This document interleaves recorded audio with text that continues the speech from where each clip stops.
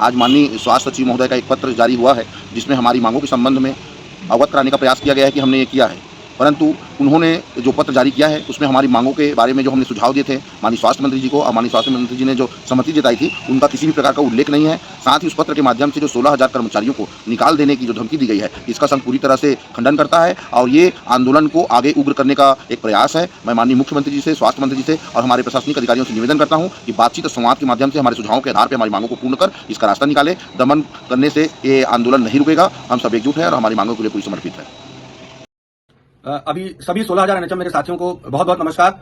एक पत्र जो अभी आया है उसके संबंध में आप सभी साथियों से मेरी एक अपील है, ऐसे पत्र जो हैं यह केवल आंदोलन को कुचलने एवं दबाने का प्रयास है।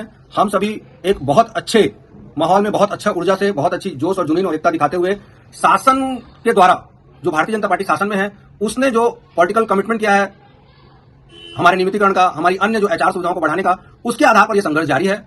शासन में माननीय मंत्री जी हमेशा कहते आ रहे हैं कि वो हमारे लिए कुछ अच्छा करेंगे, परंतु प्रशासन द्वारा इस प्रकार से उपेक्षापूर्ण कार्रवाई, दुर्भावनापूर्ण कार्रवाई, आंदोलन को कुचलने का प्रयास या एक गलत मानसिकता को उजागर करती है। आप सभी एनएचएम कर्मचारी साथियों से मेरा आग्रह है कि आंदोलन में बने रहिए। एक अच्छा भविष्य, एक अच्छा जीवन हमारा इंतजार कर रहा है।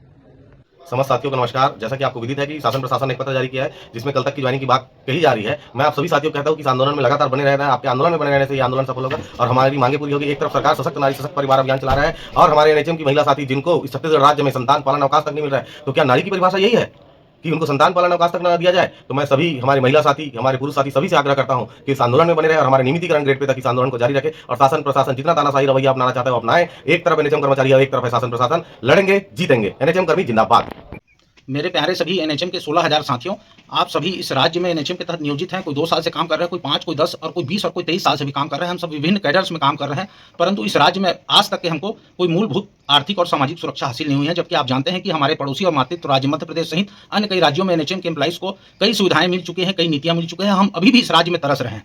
साथियों, पहले भी कई आंदोलन हुए हैं और ये आंदोलन भी जो है उसी क्रम में जारी है, परंतु जब तक आप सब अपनी प्रतिबद्धता प्रदर्शित नहीं करेंगे अपने हक और अधिकार के लिए, तब तक के हम कोई चीज अभी भी इस राज्य में हासिल नहीं कर सकेंगे। आप सभी से मेरा सादर निवेदन है, आप प्रतिबद्धता अपनी दर्शाएं और लगातार बने रहें आंदोलन में। जरूर हम इस आंदोलन को इस ऐसे मुकाम में लेके जाएंगे जहां से हमारे भविष्य की जो गारंटी है, मोदी की गारंटी तो अभी तक के लिए हमारे लिए सफल नहीं हुई, परंतु हमारे भविष्य की गारंटी इस आंदोलन के जरिए जरूर जो है सुदृढ़ होगी और उज्जवल होगी। बहुत बहुत धन्यवाद साथियों, नमस्कार। जैसा कि स्वास्थ्य सचिव का पत्र निकला है, उस पत्र से विचलित ना होइएगा और एकजुटता बना के रखिएगा, क्योंकि उस पत्र में पूरी तरह हमारी जो मांगे हैं, मांगों के परिप्रेक्ष्य में पारदर्शिता नहीं है। जैसा कि स्वास्थ्य मंत्री जी के साथ जो वार्तालाप हुई थी उस वार्तालाप के अंतर्गत नहीं है, तो आप विचलित ना होइए। और मैं सभी रायपुर के अपने ऊर्जावान साथियों से निवेदन करना चाहूंगा कि वे किसी की भी ज्वाइनिंग ना होने दे और ना ही करे, क्योंकि बर्खास्तगी से कोई डरना नहीं है। ऐसा अनेकों बार आंदोलन में हो चुका साथियों। इसके पहले जो आंदोलन हुआ था उसमें तो एस्मा भी लगा था और बहुत सारे कर्मचारी बर्खास्त हुए थे और 15 से 20 दिन के अंतर्गत जो है रिटर्न हो गई है न्यायालय के द्वारा। तो आप बिल्कुल चिंता न करिएगा और एक दूसरे की हिम्मत बनाते हुए इस आंदोलन को जारी है और जारी रहने दीजिएगा।